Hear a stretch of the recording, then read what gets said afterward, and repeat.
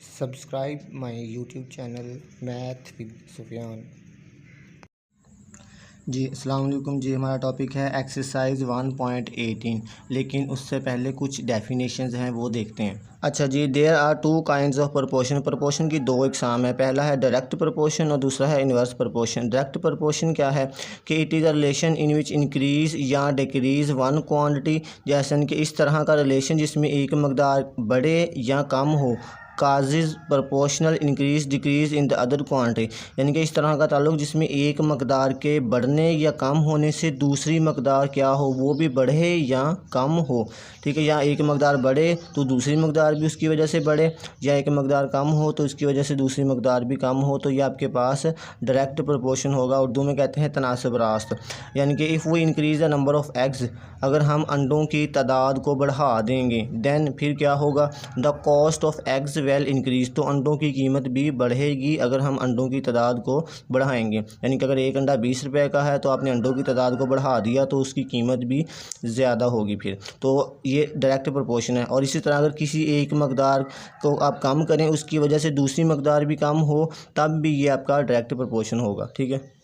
अच्छा जी, दूसरा है inverse proportion. It is a relation in which if one quantity increase decrease, यानी कि इस तरह का ताल्लुक़ जिसमें एक मकदार इंक्रीज़ हो, कम बढ़े, या डिक्रीज़ कम हो, दैन अदर क्वांटिटी डिक्रीज़ या इंक्रीज़ प्रोपोर्शनली, यानी कि इस तरह का ताल्लुक़ जिसमें एक मकदार के बढ़ने या कम होने से दूसरी मकदार कम हो या बढ़े, तो उसे आपने कहना है कि ये इन्वर्स प्रोपोर्शन है। यानी कि अगर एक मकदार बढ़ रही है तो उसकी वजह से दूसरी मकदार जो है वो कम हो रही हो, या एक मकदार कम हो रही है तो उसकी वजह से दूसरी मकदार बढ़ जाए, तो ये आपके पास होगा इन्वर्स प्रोपोर्शन। एग्जांपल है कि इफ़ वो increase the speed of car, अगर हम कार की स्पीड को बढ़ा देंगे, then the less time will be required to reach the destination, तो आपको अपनी मंजिल तक पहुंचने के लिए बहुत कम वक्त लगेगा। तो इसका मतलब आपने स्पीड को बढ़ाया लेकिन टाइम आपका कम लग रहा है, स्पीड बढ़ाने से टाइम कम लग रहा है, तो ये आपके पास इन्वर्स प्रोपोर्शन होगा। इस तरह इसका उलट भी होगा, अगर एक चीज़ के कम होने से दूसरी मकदार बढ़ जाए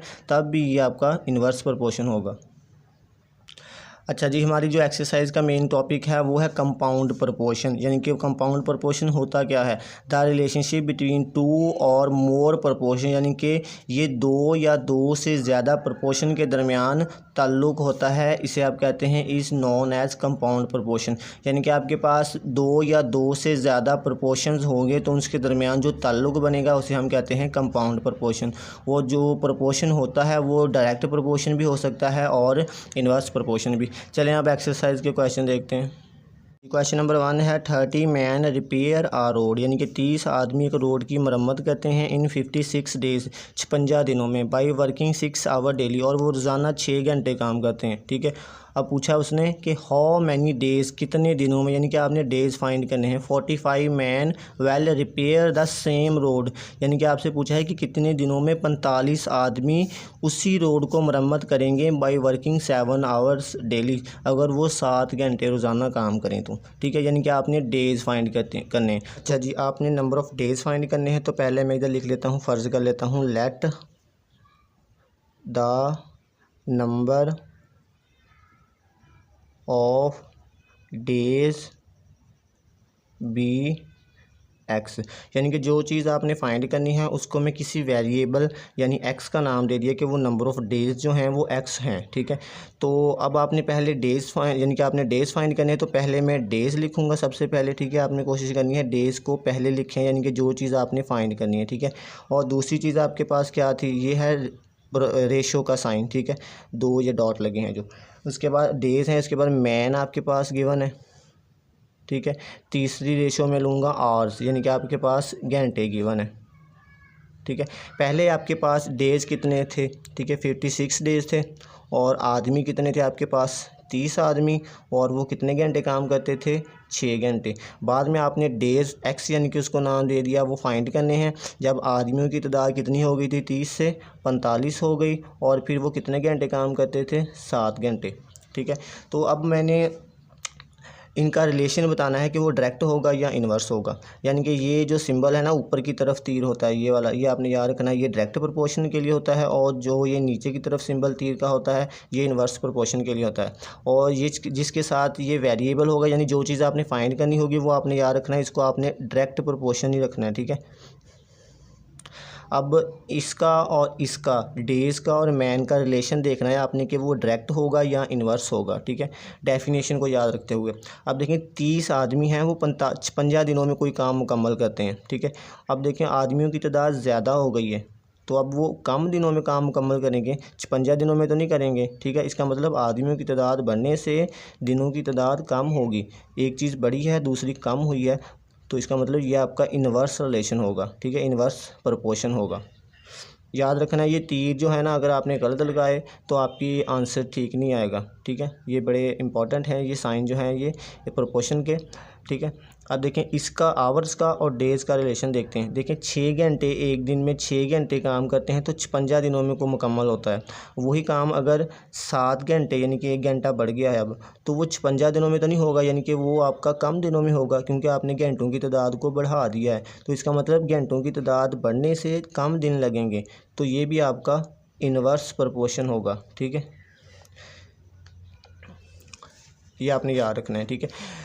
इसके बाद ये मैथ की एक टर्म है, इसे कहते हैं डैट इम्प्लाइज़, यानी इसका मतलब ये है कि आपने, यानी ये तीर जो है अब आपने लिखना किस तरह है, यानी कि तीर का मतलब है आपने नीचे से ऊपर की तरफ, यानी कि जे जहाँ से तीर शुरू हो रहा है ना यहाँ से, तो ये आपने नंबरेटर यानी ऊपर लिखना है, और ये जो जहाँ से नीचे से ऊपर की तरफ जा रहा है, ठीक है, इसका मतलब ये 56 जो है ये आपने डिनोमिनेटर नीचे लिखना है आपने, और फिर इक्वल का साइन। अब देखें ये ऊपर से नीचे की तरफ आ रहा है, यानी कि ऊपर जो है पहले 30 है, पहले आपने 30 को लिखना है, और फिर आपने नीचे जो है डिनोमिनेटर पे 45 को लिखना है।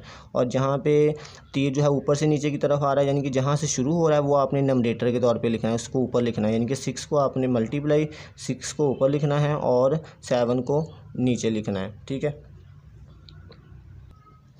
अच्छा जी, अब देखें ये 56 जो है इधर x के साथ डिवाइड हो रहा है, तो ये दूसरी तरफ जब इक्वल के दूसरी तरफ जाएगा तो फिर ये इधर मल्टीप्लाई होगा, तो इसको मल्टीप्लाई करके लिखे, यानी कि x is equal to 30/45 multiply 6/7, और ये इधर मल्टीप्लाई होगा तो ये 56 आ जाएगा।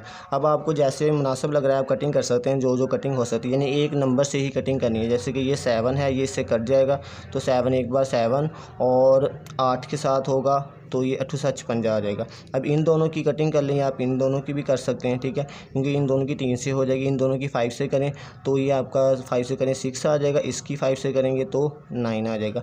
अब इन दोनों की आप 3 से कर सकते हैं या इन दोनों की भी कर सकते हैं। इसकी 3 से करूँगा तो 3 आ जाएगा, और इसकी 3 से करूँगा तो 2 आ जाएगा। अब इसकी और इसकी करें 3 1 3 3 2 6।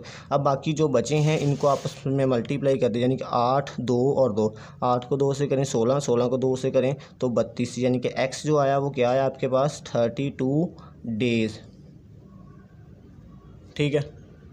अच्छा जी, तो अब आपने एक रिज़ल्ट के तौर पे लिखना है, सो इन 32 डेज़, यानी कि इतनी लाइन आपने साथ लिखनी है, और बाकी जो बुक में है आपने वो सारी वही लिख देनी है, ठीक है। बुक पे है डेज़ लिखा है, उसके बाद 45 man will repair the same road by working 7 hours daily, ठीक है। अच्छा जी, क्वेश्चन नंबर 2 है, इफ़ 60 वोमेन स्पिन, वोमेन यानी कि 60 औरतें spin 48 kg of cotton. Spin का मतलब होता है वैसे घुमाना, लेकिन वो इसमें है कि बुनना है, यानी कि 60 औरतें हैं वो 48 kg कॉटन जो है वो बुनती हैं। जैसे कि धागा होता है, ये कॉटन को आप घुमाते हैं यानी, तो फिर आपका ये धागा बनता है, ठीक है। यानी स्पिन का मतलब घुमाना, यहाँ कहने बुनना। बाई वर्किंग 8 आवर डेली, यानी कि 60 औरतें हैं वो 48 kg काटन जो हैं वो बुनती हैं बाई वर्किंग 8 आवर डेली, रोज़ाना 8 घंटे काम करके। हाउ मच काटन, यानी कि आपने कॉटन की मकदार मालूम करनी है, ठीक है। इधर केजी में है, यानी कि आपने उस कॉटन की मकदार मालूम करनी है किलोग्राम में कितनी। 30 वोमेन, यानी कि 30 औरतें स्पिन वर्किंग 12 आवर्स डेली, यानी आपने मालूम करना है कि कितनी कॉटन जो हैं वो होंगी। वेल 30 वोमेन, अगर 30 औरतें spin by working 12 hour daily, अगर वो रोज़ाना यानी कि 12 घंटे काम करें 30 औरतें, तो वो कितनी कॉटन बुनेंगी। ठीक है, यानी कि आपने हाउ मच कॉटन यानी कॉटन की मकदार मालूम करनी है। अच्छा जी, आपने कॉटन की मकदार मालूम करनी है, तो पहले हम फ़र्ज़ कर लेते हैं लेट द अमाउंट, अमाउंट कहते हैं मकदार को, amount of cotton, let the amount of cotton be in x kg। ठीक है, हमने फ़र्ज़ कर लिया कि जो कॉटन की मकदार है वो एक्स kg यानी कि जो भी होगी, अगर 5 kg होगी तो एक्स का आंसर तो 5 kg हो जाएगी। ठीक है, यानी कि आपने वो मालूम करनी है। तो अब जो आपने मालूम करना है यानी कि मकदार मालूम करनी है कॉटन की। ठीक है, पहले मैं उसको लिखूँगा कॉटन, उसके बाद दूसरी चीज़ आपके पास क्या थी, यानी कि वोमेन औरतों की तादाद, तो वोमेन लिख देता हूँ। तीसरी चीज़ आपके पास क्या थी, रेशो के बाद, रेशो, ये रेशो के साइन है, आपके पास थी आवर्स यानी कितने घंटे वो काम करती हैं। ठीक है, तो यानी आपने कोशिश करनी है कि जो चीज़ आपने मालूम करनी है वो पहले लिखें। वैसे कोई ये जनरल रूल नहीं है, लेकिन पहले लिखेंगे तो ज़्यादा आप आसानी से कर सकते हैं। अब कॉटन वो कितनी यानी कि मकदार थी, पहले आपके पास 48 kg थी, बाद में, और फिर वोमेन की तादाद कितनी थी, 60 थी, और कितने घंटे वो काम करती थी, वो थे 8 घंटे। अब आपने कॉटन की मकदार मालूम करनी है, अमाउंट, और कितनी वोमेन थी, यानी कि वोमेन पहले आपके पास 60 थी, अब वोमेन की तादाद कम हो गई, वो 30 हो गई हैं। ठीक है, अब कितने घंटे वो काम करती हैं, घंटों की तादाद हो गई है 12। ठीक है, आपने इस वाले को आपने हमेशा डायरेक्ट प्रोपोर्शन ही रखना है। ठीक है, अब देखें इसका और इसका रिलेशन देखते हैं, यानी कि 60 औरतें हैं वो 48 kg यानी कि बुनती हैं कॉटन। अब औरतों की तादाद कम हो गई है। ठीक है, इसका मतलब औरतें कम हुई हैं तो कॉटन भी वो कम ही बुनेंगी, तो ये औरतों की तादाद कम होने से कॉटन की मकदार भी कम होगी। तो ये एक चीज़ कम हुई है तो दूसरी भी कम होगी, तो ये आपका डायरेक्ट प्रोपोर्शन होगा। ठीक है, एक चीज़ कम हुई है तो दूसरी भी कम होगी। ठीक है, अब इसका और इसका रिलेशन देखते हैं। 8 घंटे काम करके वो 48 kg कॉटन इकट्ठा करती हैं। ठीक है, अब वो 12 घंटे ज़्यादा घंटे काम करेंगी तो इसका मतलब वो ज़्यादा कॉटन इकट्ठा करेंगी। ठीक है, तो इसका मतलब एक बड़ी है दूसरी मकदार भी बढ़ेगी, तो ये भी आपका डायरेक्ट प्रोपोर्शन होगा। ठीक है, अब ये मैथ की सिंबल है, इसका मतलब है डैट इम्प्लाइज। ठीक है, अब तीर जो है ये इंपॉर्टेंट है, आपने जहाँ से ये तीर शुरू हो रहा है यानी कि आपने उसको नंबरेटर पे लिखना है, एक्स को ऊपर लिखूँगा और 48 को मैं नीचे लिखूँगा और इक्वल का साइन। अब x जो है यानी कि इसके बाद ये 30 पहले लिखूँगा, जहाँ से तीर शुरू हो रहा है उसको नंबरेटर पे लिखना है, और जहाँ पे दूसरी, जहाँ पे ये ख़त्म हो रहा है यानी कि जिसकी तरफ है तो वो आपने नीचे लिखना है 60 मल्टीप्लिकेशन। अब तीर यहाँ से शुरू हो रहा है तो 12 को मैं ऊपर लिखूँगा और 8 को नीचे लिखूँगा। ठीक है, अब देखें 48 जो है इधर डिवाइड हो रहा है तो ये दूसरी तरफ क्या होगा जाके मल्टीप्लाई। तो पहले मैं इधर लिख लेता हूँ 30 और 60 मल्टीप्लाई 12/8 ज़रबे 48। अब जहाँ पे आपको लग रहा है कटिंग आसान है, आप जितने मज़े कर सकते हैं। ठीक है, इन दोनों की कटिंग कर लें, चाहे इनकी चाहे इनकी। ये 0 से ये 0 कट गया। अब 3 एक बार 3, 3 2 6। ठीक है, अब इसकी और इसकी कर लेते हैं, 2 एक बार 2 और 6 2 12। इसकी और इसकी कर लें, 8 एक बार 8 और 6 से हो जाएगा। ठीक है, 48। अब 6 को 6 से मल्टीप्लाई किया तो क्या आ जाएगा 36। तो ये आपका x का आंसर क्या आया, फिर x इज़ इक्वल टू 36। 36 क्या आया आपके पास x, ये kg आया यानी कॉटन की मकदार। ठीक है, आपने इसको नाम दिया था ना x को, ये आपका क्या है कॉटन है, अमाउंट मकदार है, तो ये आपका 36 kg आ गया। तो अब आपने रिज़ल्ट में क्या लिखना है, 36 kg कॉटन। ठीक है, ये इतना लिखने के बाद बाकी जो भी होगा आपकी बुक पे यानी कि लिखा हुआ है तो वो आपने सारा वैसे लिख देना है। 36 kg cotton, well 30 women spin by working 12 hours daily. ठीक है, बाकी आपने सारा बुक वाला लिख देना है, सिर्फ यही लिखना है आपने 36 kg कॉटन। ठीक है, बाकी सारा बुक वाला। अच्छा जी, क्वेश्चन नंबर 3 है, if the price of a carpet 8 metre long, यानी कि जो कारपेट है वो 8 मीटर उसकी लंबाई है एंड 3 मीटर विड्थ और 3 मीटर उसकी चौड़ाई है और उसकी कीमत कितनी है 6,288। यानी कि आपके पास एक कारपेट है वो 8 मीटर लंबा है और 3 मीटर जो है वो चौड़ा है और उसकी कीमत कितनी है वो 6,288 रुपये है। तो what will be the price, यानी कि आपने कीमत मालूम करनी है। ठीक है, ये आपको बताता है आपने क्या मालूम करना है, प्राइस यानी कि रुपीस आपने कीमत फाइंड करनी है ऑफ 12 मीटर लॉन्ग, 12 मीटर लंबा है और 6 मीटर विथ और 6 मीटर चौड़ा कारपेट है। तो आपने उसकी कीमत मालूम करनी है। अगर उसकी लंबाई यानी कि 12 मीटर हो और उसकी चौड़ाई जो है वो 6 मीटर हो तो कारपेट की कीमत क्या होगी। ठीक है, अच्छा जी, आपने कारपेट की प्राइस मालूम करनी है। तो पहले हम फर्ज कर लेते हैं let the price of carpet be x rupees. ठीक है, हमने इसको फ़र्ज़ कर लिया कि जो कारपेट की कीमत होगी वो एक्स यानी कि उसको नाम दे दिया। तो अब आपने कारपेट की कीमत मालूम करनी है। ठीक है, प्राइस यानी कि मालूम करनी है। तो पहला मैं ले लेता हूँ, यानी जो चीज़ फाइंड करनी है वो पहले लिख देता हूँ, यानी कि प्राइस। ठीक है, और रेशो। उसके बाद दूसरी चीज़ जो है आप वो लिख सकते हैं, यानी कि लेंथ लिख सकते हैं या विड्थ लिख सकते हैं, जो मर्ज़ी लिख सकते हैं। पहले मैं लेंथ ले लेता हूँ। ठीक है, लंबाई उसकी कितनी थी, और तीसरी चीज़ है उसकी चौड़ाई यानी विड्थ। ठीक है, आपके पास पहले जो था कीमत कितनी थी कारपेट की, यानी कि प्राइस कितने पैसे थे, यानी कि 6,288 और लेंथ उसकी कितनी थी वो थी 8 मीटर और उसकी विड्थ कितनी थी वो थी 3 मीटर। अब बाद में आपने उसकी प्राइस मालूम करनी है जब उसकी लंबाई कितनी होगी 12 मीटर होगी और उसकी चौड़ाई कितनी होगी 6 मीटर होगी। ठीक है, तो ये वाला जो रिलेशन होगा ये आपका ऑलवेज डायरेक्ट प्रोपोर्शन ही होगा। ठीक है, अब देखें 8 मीटर लेंथ है तो उसकी कीमत जो है वो 6,288 है। जब उसकी लंबाई 8 से 12 हो जाएगी तो इसका मतलब डेफिनेटली उसकी कीमत भी ज़्यादा होगी फिर, यानी कि लंबाई बढ़ने से उसकी कीमत भी बढ़ेगी। तो ये भी आपके पास डायरेक्ट प्रोपोर्शन आएगा। अब देखें चौड़ाई जो है वो 3 मीटर है तो उसकी कीमत इतनी है। जब चौड़ाई ज़्यादा होगी तो इसका मतलब उसकी कीमत भी ज़्यादा होगी फिर।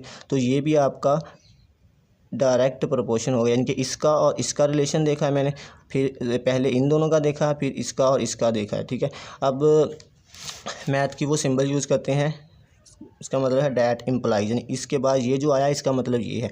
जहाँ से तीर शुरू हो रहा है इसको आपने नंबरेटर पे लिखना है और जहाँ पे यानी कि आगे नीचे से ऊपर की तरफ जा रहा है यानी कि ये आपने नंबरेटर के तौर पे लिखना है और जो ये बाकी है 6,288 इसको डिनोमिनेटर पे इक्वल का साइन। अब ये जहाँ से शुरू हो रहा है तीर तो 12 को आपने नंबरेटर पे लिखना है और 8 को डिनोमिनेटर पे, और इधर भी आपने 6 को ऊपर लिखना है और 3 को नीचे। अब ये इधर डिवाइड हो रहा है तो दूसरी तरफ जाके ये मल्टीप्लाई होगा। तो 12/8 ज़रबे 6/3 ज़रबे 6,288। ठीक है, अब जहाँ पे आपको लग रहा है कटिंग इजी है आप कर सकते हैं। ठीक है, इन दोनों की आप 3 से कर लें, 3 एक बार 3 और इसकी करेंगे तो 4 3 12। अब इसकी और इसकी कर लें 4 से, 4 एक बार 4 4 2 8। इसकी और इसकी कर लें, चाहे इसकी और इसकी कर लें, इसकी और इसकी करें तो क्या आता है 2 एक बार 2 और 3 2 6। अब इसको इससे मल्टीप्लाई करेंगे तो आपका आंसर आ जाएगा। ठीक है, तो इसको 3 से मल्टीप्लाई किया, 8 को 3 से मल्टीप्लाई किया 24 आ गया, 4 लगा 2 हासिल, फिर 8 को 3 से किया 24 और 2 हासिल ऐड किए 25 26, 6 लगा 2 हासिल, 3 2 6 और 2 हासिल ऐड किए 7 8 और 6 3 18। तो ये आपके पास क्या आ गया, ये आपके पास रुपीज़ है, यानी कि इतनी कीमत होगी जब कारपेट की लंबाई 12 मीटर होगी और चौड़ाई जो है वो 6 मीटर होगी। अच्छा जी, अब हम इसका रिज़ल्ट लिख देते हैं। 100 रुपीज़ 18,864। ठीक है, विल बी, यानी कि यहाँ तक लिखने के बाद बाकी जो है आपने सारा बुक वाले लिख देना। Will be the price of 12 metre long and 6 metre width carpet. ठीक है, जी, क्वेश्चन नंबर 4 है इफ़ 15 लेबर, अगर 15 मज़दूर जो हैं अर्न कमाते हैं वो 67,500 रुपीज़ कमाते हैं इन 9 डेज़, 9 दिनों में, यानी 15 मज़दूर हैं वो 9 दिनों में 67,500 रुपीज़ कमाते हैं। How much money will 10 labours, यानी कि हाउ मच मनी यानी कि पैसे की मकदार, कितने पैसे। हाउ मच मनी वेल, ये आपने मालूम करना, यानी कि how much money well 10 labours, 10 मज़दूर अर्न इन 12 डेज़। तो आपने बताना है कि 10 मज़दूर 12 दिनों में कितने पैसे कमाएंगे। अगर 15 मज़दूर 9 दिनों में 67,500 रुपीज़ कमाते हैं, यानी कि आपने पैसे की मकदार मालूम करनी है, ठीक है।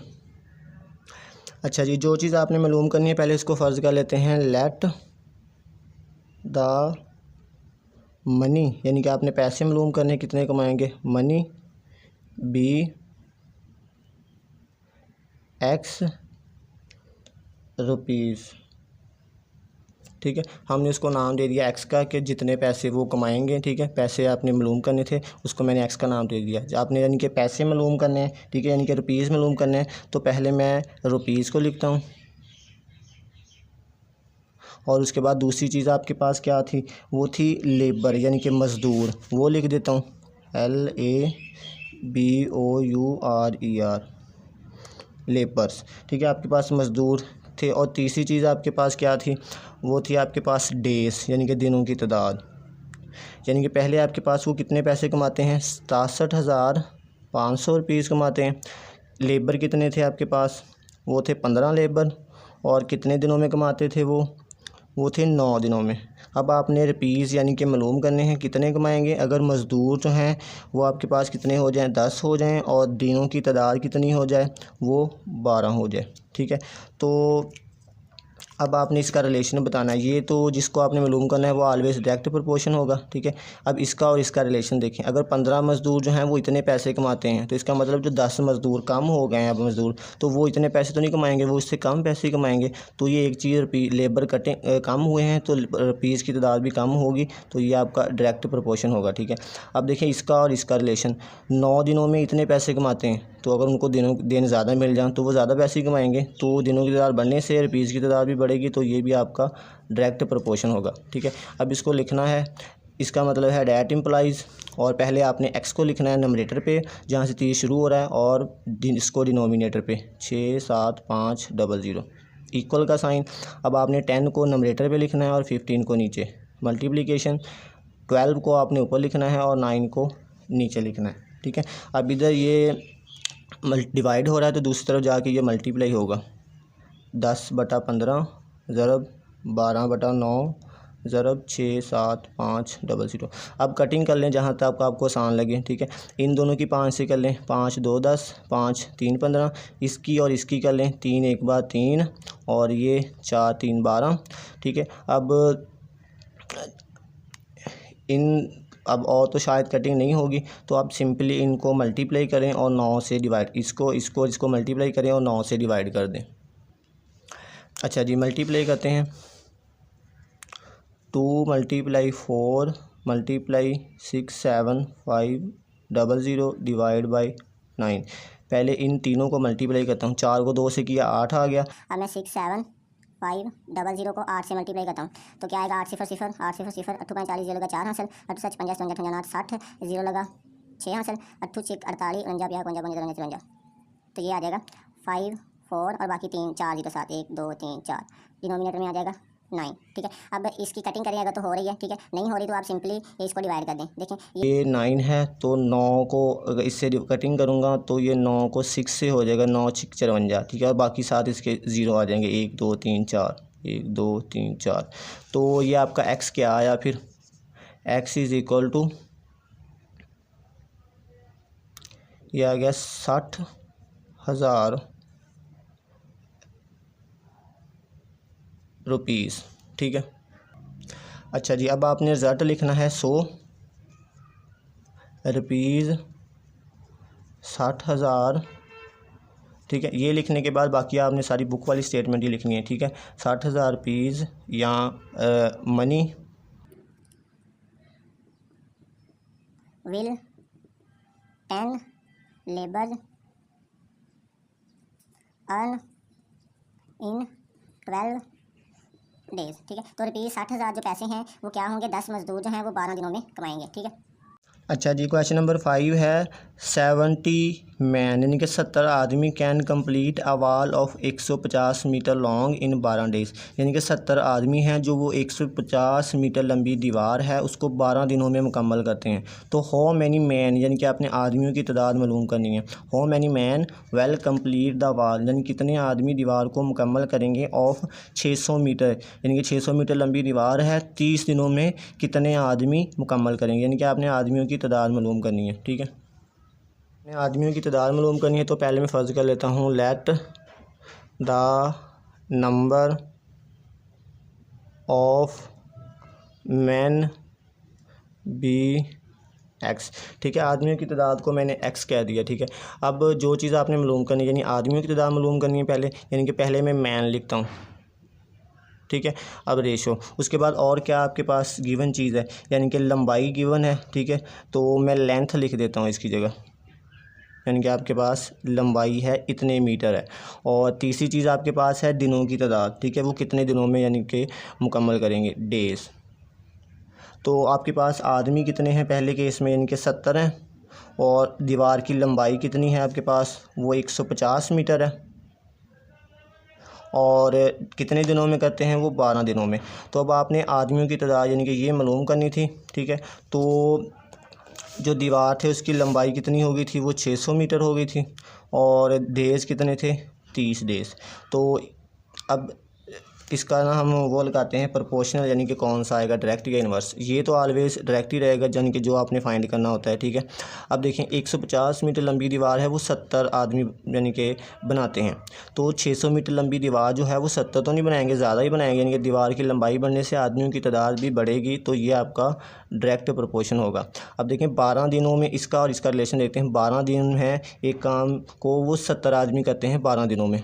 अब देखिए आदमियों की तादाद, दिनों की तादाद जो है वो ज़्यादा हो गई है, तो आदमी 70 तो नहीं करेंगे, वो तो थोड़े कर लेंगे। इसका मतलब आदमियों की तादाद कम होगी अगर दिनों की तादाद ज़्यादा होगी। तो ये आपका आदमी दिनों की तादाद बढ़ने से आदमियों की तादाद कम होगी, तो ये आपका इन्वर्स प्रोपोर्शन आएगा। ठीक है, नीचे की तरफ साइन।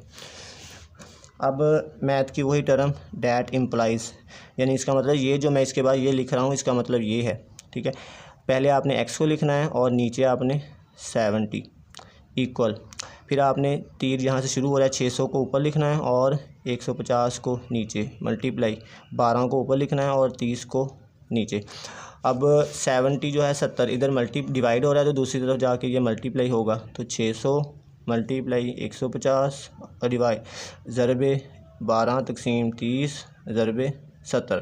अब कटिंग कर लें, ये ज़ीरो से ये ज़ीरो कट गया, ये ज़ीरो से ये ज़ीरो कट गया। ठीक है, अब इन दोनों की आप कटिंग कर लें या इन दोनों की कटिंग कर लें। ठीक है, जैसे आपको लगता है। अब इसकी करें 3 एक बार 3 तो 4 3 12 आ जाएगा। अब इसकी और इसकी 5 से कर लें तो 5 3 15, और इसकी 5 से करें तो 5 एक बार 5, और इधर 10 हो जाएगा, 5 2 10। ठीक है, अब इसकी और इसकी कर लें 3 एक बार 3 और 4 3 12, और बाकी जो बचे हैं 7 4 4, इसको मल्टीप्लाई कर लें।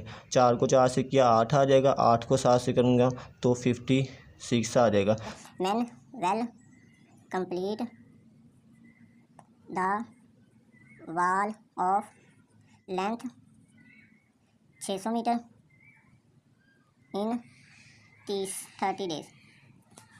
ठीक है।